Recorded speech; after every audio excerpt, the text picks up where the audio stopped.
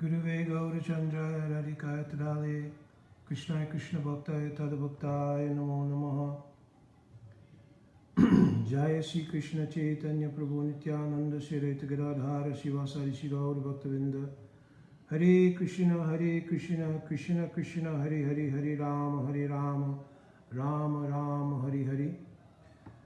So this is installment, I believe, number 10 in the Preaching in Africa series, and I'm trying to squeeze it in very quickly as I don't want to let too many more days lapse between the last installment about Zambia and pretty much concluding, because this is pretty much getting to the conclusion. I'm hoping to squeeze in some things today to conclude that part and then decide whether we'll discuss activities after Africa and returning to America. But before I get started, I want to offer my Koti Dandavat Pranam unto the lotus feet of my spiritual master, Nitya Lila Pravishta Om Vishnu Pada Paramahansa Paribraja Gajaja Ashtotara Sata Sisimat Srila Bhakti Vedanta Narayan Goswami Maharaj. Onto the lotus feet of my Param Guru Dev, Nitya Lila Pravishta Om Vishnu Pada Paramahansa Paribraja Gajaja Ashtotara Sata Sisimat Shrila Bhakti Vedanta Swami Maharaj, our Jagat Guru Srila Prabhupada, and on to Nitya Lila Pravishtom Vishnu Pada Paramahansa Paribraja Gachaja Astotara Sata Sisimat Acharya Keshri Srila Bhakti Pradhan Keshu Goswami Maharaj. Also on to our entire Rupanuga Guru Varga, to Vaishnavis. So we left off, I think, in the last installment. We were talking about Zambia, and we talked about some of the preaching adventures that had happened there. So we've gone all the way from West Africa to Zambia, and kind of have covered a whole lot about the pioneering of the preaching in these different places. So in Zambia, I can't exactly remember where we left off. So what I'm trying to do is put together some of the sort of preaching pastimes that took place there, and that'll kind of take us to a conclusion. If not, I may have to do one more to actually get the conclusion finished and everything, because there was quite a lot. But I will go ahead and start with a couple of highlights, and one of them was the visit to the president of Zambia. So I'll go ahead and preset that up by describing Srila Bhakti Tirtha Maharaj's arrival in Zambia. So we had been in Zambia for a little while, and I mentioned all the difficulties that we had gone through to reestablish the credibility with Zambia and the society. I had mentioned that the society had gone through a little bit of a rough patch based on some earlier activities that had gone on there. So now we've kind of turned that corner, and we've reestablished ourselves, which had now given us license and permission to start to really spread out and do preaching as we wanted to do. I mentioned we were already going up to universities. We had met a few people. We would go downtown to the primarily middle of town, which, you know, was kind of okay. But now we were ready to go out and branch out into going to all the different smaller towns and everything else. And in fact, we used to split up the group into, you know, a couple of groups. Sankirtan, Mahajan, Rishi Kumar. A lot of times they would go out into the different townships. Myself, Raja Leela, my mantra at that time, who's now, of course, Pujapad Srila Shanta Maharaj, we would go to the university, we would go to different preaching situations like that. So now, Srila Bhakti Tirtha Maharaj was going to be coming for the first time to Zambia and see how all of the preaching had done. He had also, at that time, I think, had accepted the role of taking disciples. This was 85 or 86. I'm trying to get it clear, 85 maybe. But he had taken the role of accepting disciples, and he had gone on a pilgrimage to South India with, I think, Pujapad Radhanath Maharaj, some others, and I know Gaudakesha was there. The reason I know that is because I think I mentioned before I had started learning Sanskrit at that time in Zambia and Devanagari and everything, and I was very excited when I heard the news that Maharaj was now going to be accepting disciples, so I wanted to write his pranam mantra. But Gaur Keshava, who was, of course, much more qualified, I believe, in Sanskrit at that time, and probably still, he had already written a pranam mantra when Maharaj traveled, and it was even probably more auspicious because they had gone to Tirupati, and I had been to Tirupati, and it's such an auspicious place. So that had already been done. I remember him writing me back to tell me, and actually wrote the mantra there. So, but anyways, long story short, Maharaj would arrive in Zambia, and of course we had set up a number of programs between the Indian community and other places and the university. So we had set up a number of programs there, not only in Kitwe, but also in Lusaka. I think we may have done a couple of programs in Ndola, I cannot remember. Perhaps Pujapat Shanta Maharaj or Brother Leela, someone else will see this and they'll be able to put the missing pieces together. But I know one of the bigger programs was that there was a scheduled meeting with the president at that time of Zambia. So his name was Kenneth Kaunda, and he was a pretty unique person. I mean, we had done some head of state visits before, like I told you in Ghana we had done it. And I think, of course, there's a very famous one. I was not there, but in South Africa, of course, Srila Bhakti Maharaj met Nelson Mandela. So there was a lot of meetings of heads of states and other dignitaries and stuff, but this was going to be our first with the president of Zambia. So it was being arranged by a court justice. His name was Justice Shivanandan. He was from South India. And it was a really unique story, and I think they actually printed it in the Back to Godhead magazine and ISKCON World Review. And his situation was very unique because he wore tilak on the bench. And Srila Prabhupada had mentioned there would come a time when high court justices, etc., would be wearing tilak and kantimala. So he was like that. He wore his kantimala, tulsi beads, and he wore tilak on the bench every day to work. So he was a really unique personality, very, very, very sweet devotee. And so he had known the inner circle of the president and everything. So he was one of the primary persons, along with some other people, who made the arrangement for the courtesy call on the president. So it wasn't going to be as some of the ones in the past had been, which was simply a meet and greet. He actually invited us to dinner. So of course, a huge issue arises, right? Because you're going to meet the head of state, right? And he has, you know, his whole entourage is also attending. And so the issue is, well, what about the eating thing? I mean, you know, first of all, you know, we don't normally eat, as Vaishnavas, we don't eat, you know, sort of outside cooking. Everybody was like super strict about all these kind of things. And so that was one factor. Of course, preaching would be something that you would make an exception for. Even Al Srila Prabhupada said, listen, if I had to feed eggs and so forth to people when he first came, if that would get them in the doorway of bhakti, then certainly Harinam and their potential for growing in bhakti by that kind of preaching, you know, was worth it. So, of course, that didn't have to come to pass. But so, you know, we thought for preaching, you know, anything is possible. Of course, you know, we follow Srila Bhakti Tirtha Maharaj's lead anyway, and he was extremely strict about all kinds of things. I already mentioned his former diet, you know. So it wasn't until actually getting close to the time I think he started to accept disciples that he started eating cooked food and allowing, you know, people to cook for him and so forth and so on. So anyway, so Judge Shivanandan put all of that to rest because he came back and told us, oh no, he's a strict vegetarian. So the president is strict vegetarian, so we don't have to worry about that particular angle. And he will accommodate even all of the nuances of our diet, you know, no onions, no garlic, etc., etc. So, you know, all of that is good. So everything was arranged. We traveled by car to Lusaka, and I think we stayed at the home of Judge Shivanandan. And it was a relatively small house. It wasn't a huge house. I remember that. So I remember we had like one kind of room divided, right? So we stayed there because it could have been that he was there and his family wasn't there. I can't remember the details. But anyway, we had that smaller room. And of course, it was myself, Srila Bhakti Tirtha Maharaj, Braja Leela, And I think Navio Gindra was there, but Navio Gindra may have been staying in Lusaka and preaching, and I think he attended, but I don't think he had gone down or driven down with us to Lusaka. And he was not staying at Judge Shivanandan's house. If I remember correctly. Because I think, remember very much him being there and being part of everything. So anyway, everything was set and arranged, and we were all very excited.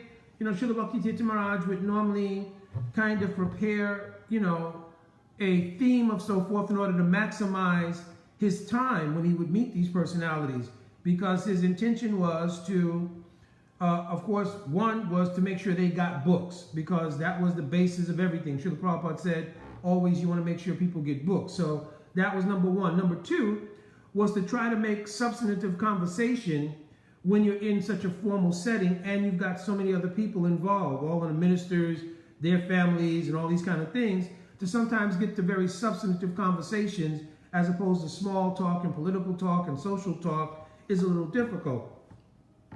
So, of course, Srila Bhakti Tirtha Maharaj would always enumerate the activities we were doing, like food distribution and other kinds of welfare things, not only there in Zambia, but around the world, so forth and so on. And then he would try to get to some of the nitty-gritty, for lack of a better word, of spiritual topics. So, you know, we had all of that planned out, and, you know, Maharaj had his game plan of how to do everything. And, of course, the night arrived for us to go. You know, we all got, you know, tilak, dhoti, everything very nicely. We wanted to make a very good representation. Judge Shivanandan, of course, tilak and kantimala, right, in his suit and everything. So we arrived at the presidential residence, and we were greeted very nicely by the ministers and everything, and they showed us into a sitting area, and we sat in the sitting area for a little bit. And it didn't take long at all. I mean, the president was very punctual and very, you know, giving good recognition to the fact that, you know, though he probably had a super busy schedule, that, you know, he had spiritual guests and treated them as such. So he came out, and I think I do remember very clearly, he knew about the Indian community, so he bowed over kind of and made Anjali like this to Srila Bhakti Tirtha Maharaj and so forth, so on. Then we were escorted into a huge room, and it was like a dining area. And it was a huge table, of course, that was set up and everything. And there were many kind of, I guess, appetizers and things like that, all vegetarian. Everything 100% vegetarian. So that day, all the ministers and cabinet people, they're all eating vegetarian that day, right? So all this stuff was there. So, you know, I used to do my mental trick of immediately offering everything before anybody had a chance to sit down. So I did the mental offering of everything on the table and did the mental meditation of offering, you know, whatever was being prepared.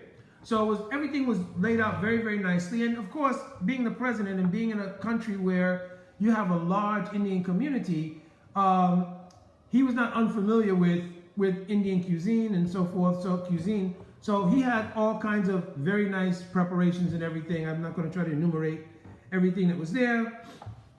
But anyway, we sat down, and over the dinner conversation, it was interesting because, of course, primarily the president and Srila Bhakti Tirtha Maharaj was talking, the ministers would chime in, but it was such a long table, we kind of had a game plan also, because we weren't speaking so loud. It wasn't like Maharaj was giving a lecture at the table or something. It was conversational. So what we kind of tried to do was divide the table up in such a way that we could engage the ministers and their wives, you know, and so forth and so on, while Srila Bhakti Tirtha Maharaj concentrated on speaking to President Kaunda. So that was pretty successful. So we were making small talk back and forth, what we do, how we do it, what we're doing in Zambia, activities around the world, and all these kind of things. And Srila Bhakti Tirtha Maharaj, I couldn't hear all the conversation, but he was talking to President Kaunda. But there were a couple of ministers who were very attuned to the conversation with Maharaj and the president. And I guess that's a natural thing that, you know, you want somebody there as your second set of ears and second set of eyes in any kind of political arrangement this takes place. So, and also his security. You know, security is also always going to be there. And they're, you know, not, it wasn't so overt, but I've worked security details in law enforcement. So I know the role of being eyes and ears and not being intrusive, but, you know, being very attentive to what's going on. So anyway, so the dinner was extremely nice. We sat at the table quite for some time afterwards talking. And then Srila Bhakti Tirtha Maharaj, which was really interesting. Normally, like some aide of the president would come out and say, we thank you very much for coming and this sort of thing. That wasn't happening, right? So Srila Bhakti Tirtha Maharaj, which, you know, probably, you know, divine inspiration in his own heart, he says, we thank you so much, you know, Mr. President, for allowing us to come and share a meal with you and share, you know, this kind of conversation. This is the most important thing that's needed in the world now, you know, spirituality and how we can broach all the problems we have in the world and so forth. So Srila Bhakti Maharaj was kind of doing a concluding sort of statement. And so a strange thing happened. The president was like, afterwards, he kind of just nodded. He said, oh, can I show you some things? And so Maharaj was like, well, okay. So then we all, you know, got up from the table and so forth, so on. A lot of the ministers at that point excused themselves. The security remained and, you know, a few other people. And he began taking Maharaj to look at all these kind of artwork. But they kind of were together. Everybody else was in different kind of positions and they were together. And they continued talking. So he'd look at a piece of art and then they talked for 5 minutes, right? So everybody would stand around while they talked. Then he'd go to another piece. And so finally we got to kind of the end of the indoor, I guess, artwork and everything. And then the president, Maharaj again hit him with the concluding, well, we really want to thank you. You know, this has really been wonderful. And, you know, obviously their conversations were substantive conversations and Maharaj was very happy. And then he says, oh, wait, Swamis, wait. I want to show you the garden. So it was like he was finding ways to keep Maharaj there. So then we went for a walk in the garden. I remember there's a pretty good picture, and I'm so sorry that, you know, I could not find that picture, but there's a picture of us walking in that garden. There were different statues and, you know, a very beautiful place. You know, even the aroma of the flowers, everything was just very beautiful, and there was water features and all these sort of things. So walking in that garden, the president and Maharaj walked alone. Even the security had to stay back. Now, I don't know if that was at the request of the president or whatever, but he kind of wanted that one-on-one time with Maharaj. So they walked and they talked, and we all walked kind of ahead or behind. And so afterwards, you know, Maharaj shook his hand and they gave a hug, and then they did Anjali and so forth, so on. And so they saw us out. Like, he walked Maharaj to the exit place, saw us out. Of course, thank Judge Shivanandan very much also, because I think he was the sort of fixer or arranger to make that whole thing happen. And then we returned all the way back in the car. We were all pretty excited because we could tell that that was a pretty deep and substantive meaning. The character of President Kaunda was such that he was a person who was ripe for, you know, getting spiritual information like that, and, you know, hopefully applying it in, you know, certainly in his personal life, but applying it as a leader in a larger sense. And this was considered really top-notch preaching according to our Srila Prabhupada. So we got back to the house of Judge Shivanandan, and it was pretty late. It had to be around 11 or 12, something like that. And that was late for us because we always got up in the morning for Mangal Arati. So Mangal Arati is our morning worship, and usually it starts around 4:30, 5 o'clock. We'll be up by about 3:30, but then Mangal Arati is at 5 to give everybody a chance to chant their rounds. So anyways, we got back. It was pretty late. And I remember we sat and talked to Judge Shivanandan for a while. He took rest. We went into the room. And again, it was just a division. I think Brajalila had a bed on one side, and there was like a little division thing. And then myself and Maharaj, we had to share a bed. That was the other thing, because there was only 2 beds in it. So it was a pretty huge bed. So we shared a bed and everything. And I remember Maharaj was very excited. So he was talking about, you know, the outcome of what had just happened. And he began talking about some of the conversations they had. And he said, you know, that this was all Srila Prabhupada and Krishna's arrangement, that he was able to bypass all of the small talk and not get involved with all the ministers and all that kind of stuff, but he was able to focus and concentrate his attention, and vice versa, that President Kaunda was able to give him that exclusive attention and they had really substantive conversations. So Maharaj was really, really happy. So he would talk about one or two aspects of their conversation, and then he would say, okay, we probably need to take rest. We got to be up early. Two reasons. One, to do Mangal before we leave, and then to drive back to Kitwe. So we laid there for a few minutes, and then Maharaj would say, are you asleep? And I said, no, Maharaj. He said, this is really amazing. I mean, this is like changing the world. You're in the same room with a high court judge in Tilak and Kantimala, and here's the president of a country hearing Srila Prabhupada's teachings. So then I'm saying, yeah, Maharaj, this is like really, really amazing. And you know, you've met the president in Ghana, and now here, so this is you know, something that, you know, is really, you know, the fulfillment of Srila Prabhupada's wishes in terms of, you know, the leadership of society hearing about Krishna consciousness. So, you know, this went back and forth, like I'm telling you, till about 1 o'clock in the morning, the are you sleep? Because then I would think of something, I say, Maharaj, and he said, yeah, Haribo, right? And then we would talk again, right? So this went on up until about 1 o'clock in the morning. And I remember this was, you know, kind of a funny thing. Maharaj was always up for Mangal Arti. So Maharaj said, listen, it's really late. We have to drive tomorrow. So everybody rest in a little bit, you know, just sleep in a little bit. So normally we would have Mangal Arti at 5 o'clock, right? So Maharaj said we should rest in a little bit. So I thought Maharaj said, like, rest in and we'll get up around 8, you know, and then, you know, at 8 o'clock we can do a short, you know, kind of Mangal, even though it's past Brahma Muhurta hours, and then, you know, travel back, because that way we get some significant rest. So Maharaj said, yeah, we should rest in a little bit. So everybody can get up like at about 5:30, right? And then he went ahead and dozed off, you know? So I was thinking now it's already like 1:30 in the morning or something like that. So it's not going to be a lot of sleep. And then I was driving, you know? And so anyways, we woke up the next morning. We had a brief Mangal Arti, and Judge Shivanandan got up, came to the little Mangal Arti we had, and then saw us off. Got back in the vehicle, and we headed back towards Kitwe as soon as, you know, daylight came. So anyways, driving up, of course, we, you know, kept discussing what had happened, everything. And then we started also discussing some other plans for preaching and so forth and so on. So anyway, we got back to Kitwe. Let me think. All right, so yeah, we're back in Kitwe, and Maharaj is going to be staying for a little while. I forgot if it was a week or 2 weeks or something. And so we did a number of programs, you know, different, you know, preachings at various families' houses, other kinds of things.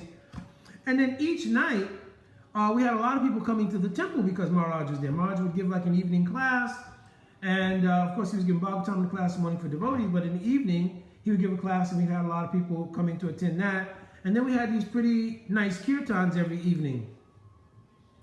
So another particularly funny story is that we were having Sundararti once, and we had quite a crowd. It was like a weekend or something, so there was quite a crowd. And I think also Maharaj was, you know, he was going to be traveling very soon, so a lot more people were coming to see him. So between the devotees and the community who was coming, Indian community and some other locals, we had a, you know, pretty packed temple room, because it wasn't a big temple room. It was pretty small. It's only a 3-bedroom house. So we opened the door so that some people could be out on the little veranda type area that was in front of the house, and they could partake that way. So you know, noise wasn't an issue. We were living in a you know, enclave that was primarily Indian community, and as I said, next to the Hindu temple and so forth. So we were having rip-roaring kirtans. So I remember once we were dancing, and everything was like really, really ecstatic. You know, we were dancing and we were grabbing arms and going in circles and doing all these different kinds of things. And I remember that we had the door open, and somehow or another, I don't think it's a rat. It's some kind. It looks like a rat, but it's some kind of unique rodent or something that's unique to Zambia or something. But anyways, it ran in amidst all of that commotion. I don't know what it was thinking, but it runs into the temple room and scurries around a little bit, and a lot of people don't even see it, and people are continuing to dance. And then Maharaj spots it, and as Maharaj spots it, we are doing the arm-in-arm kind of, you know, going in circle thing. Maharaj is leading the kirtan. And then Maharaj sees this thing, and there's a chair, like kind of positioned, right?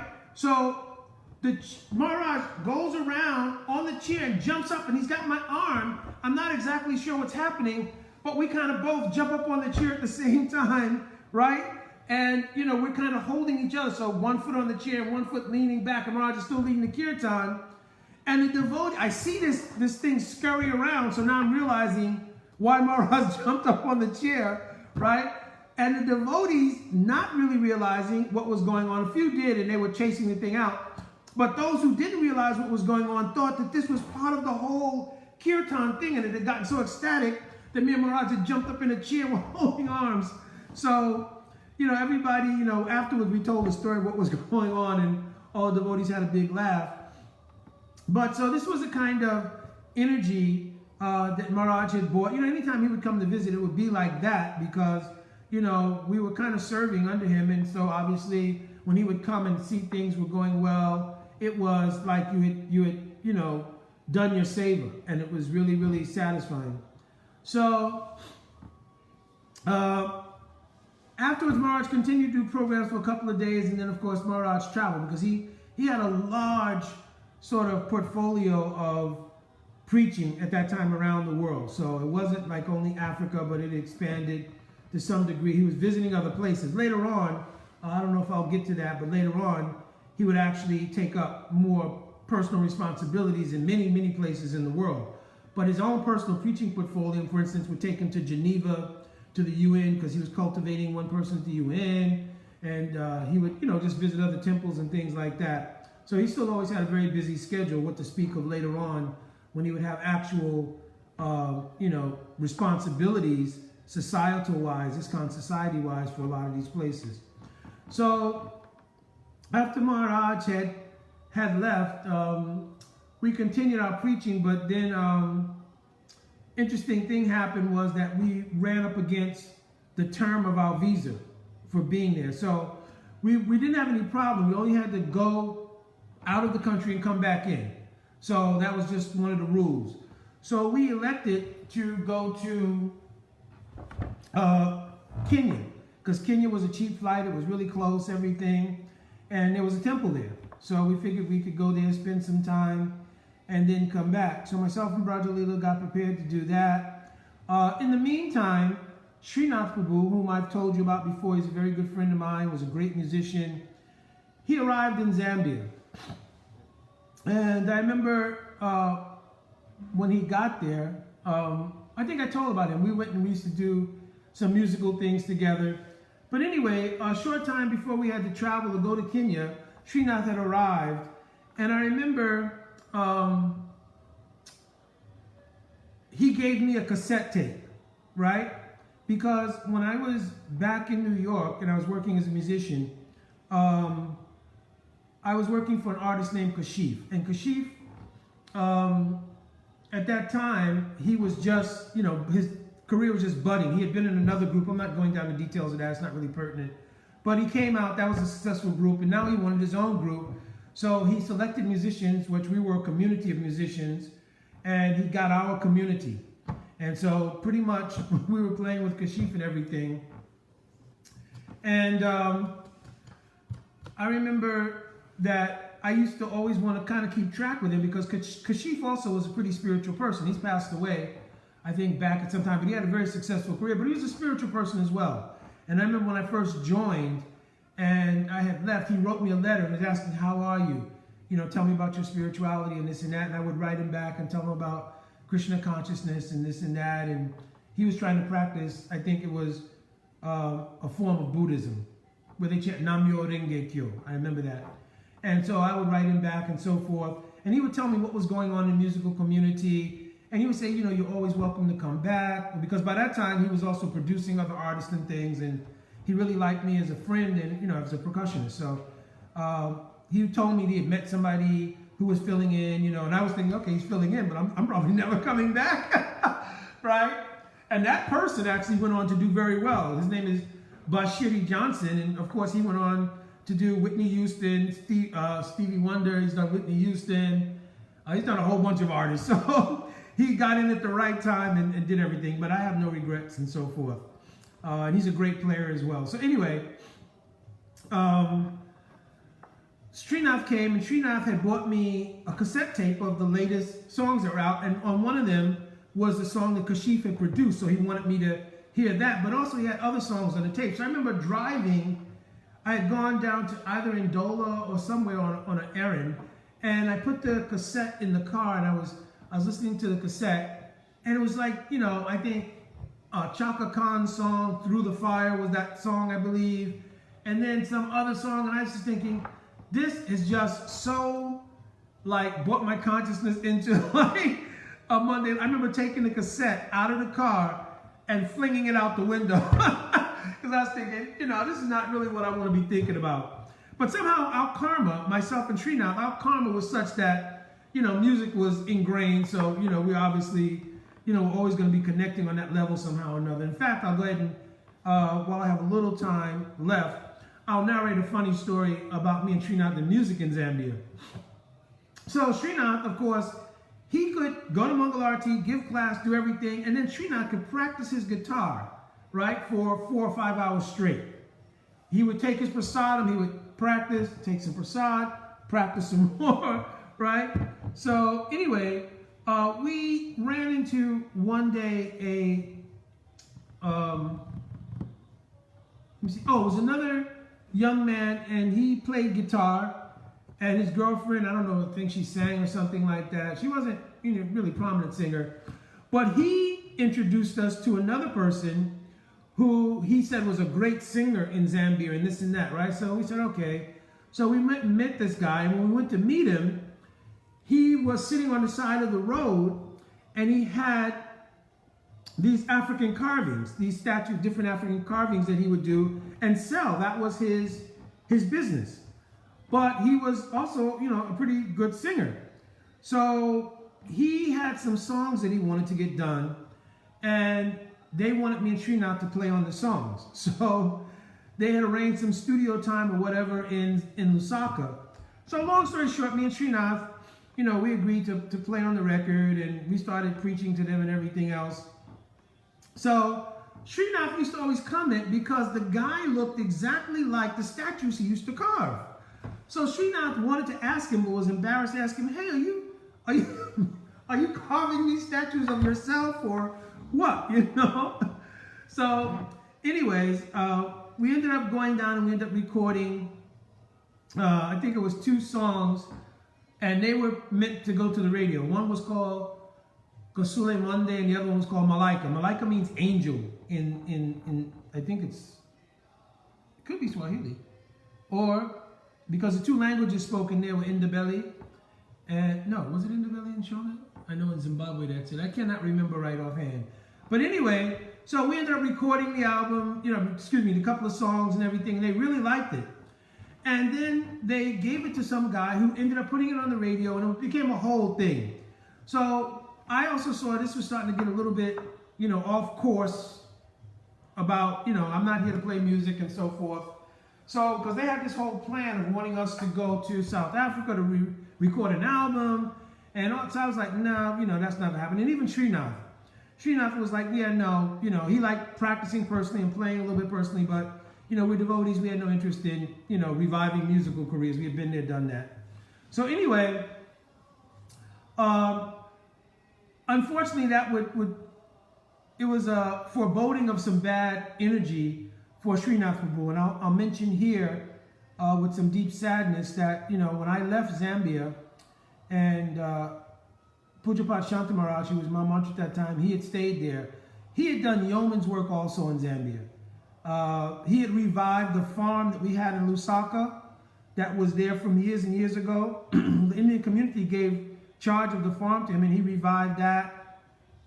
He managed devotees and everything, so forth and so on.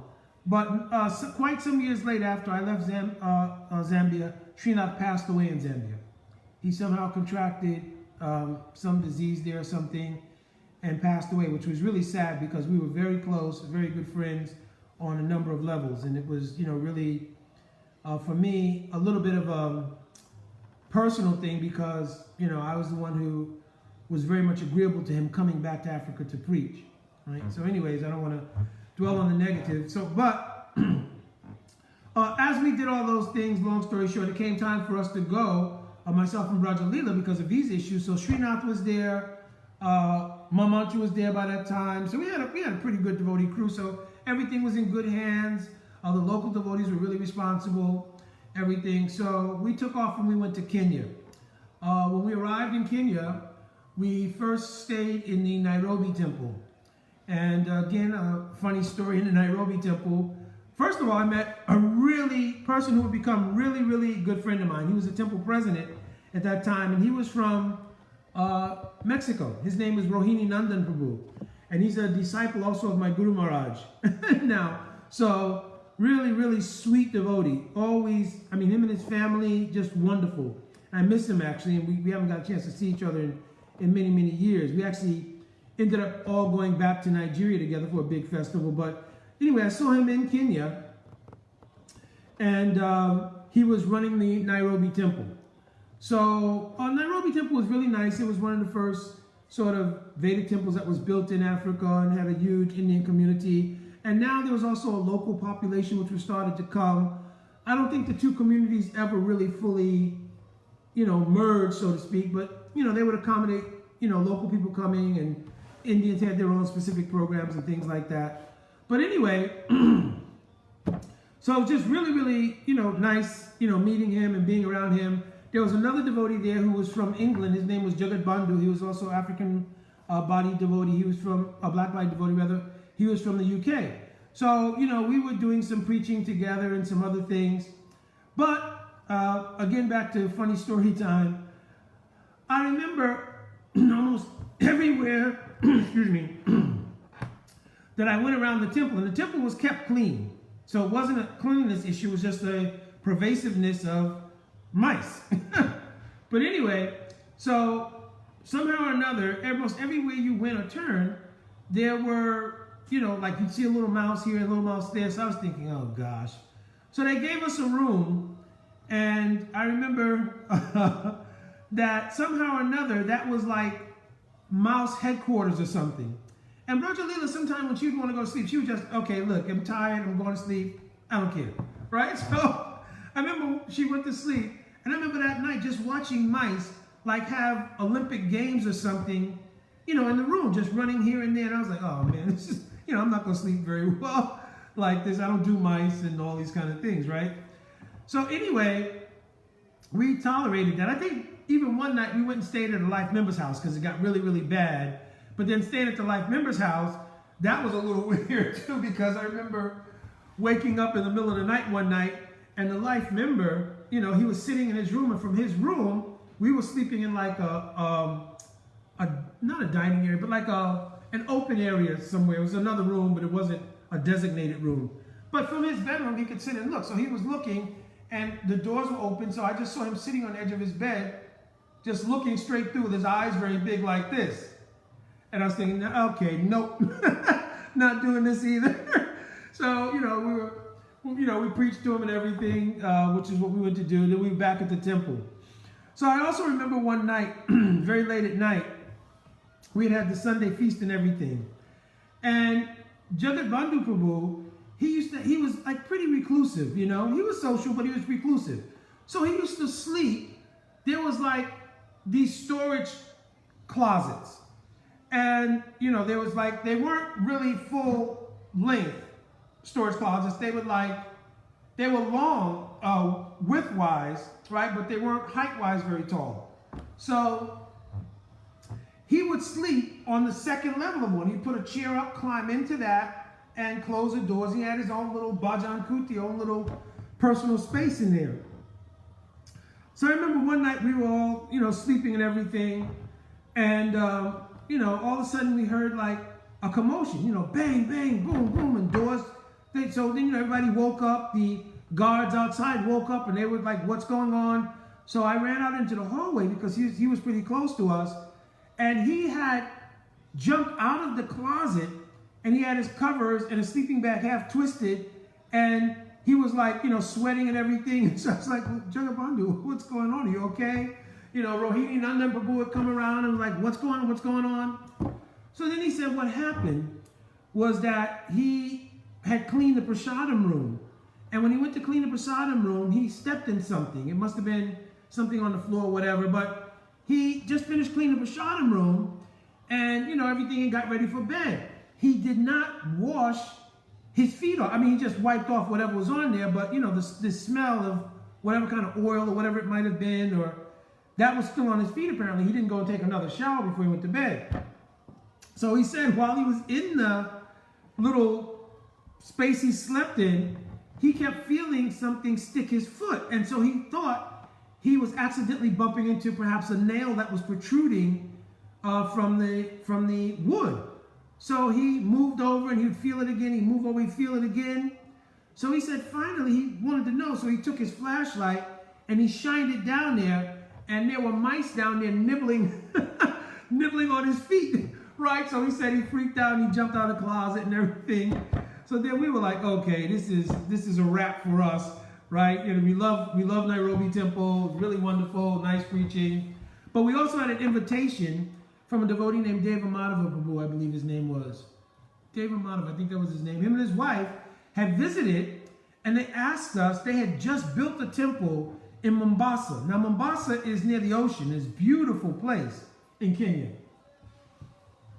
So they were asking if we could come and stay in Mombasa for a little while and do some preaching with them. So we were like gung-ho, yes indeed, right? So long story short, we packed up and took the trip with them to Mombasa, and it was them and one other younger couple and ourselves. So 3 Grahasta couples. It was a beautiful temple, and there was a resort area nearby. So this was like a complete shift from the energy of Nairobi and everything else. So my good wife has just come in. We have an appointment today, so we're going to have to take leave here.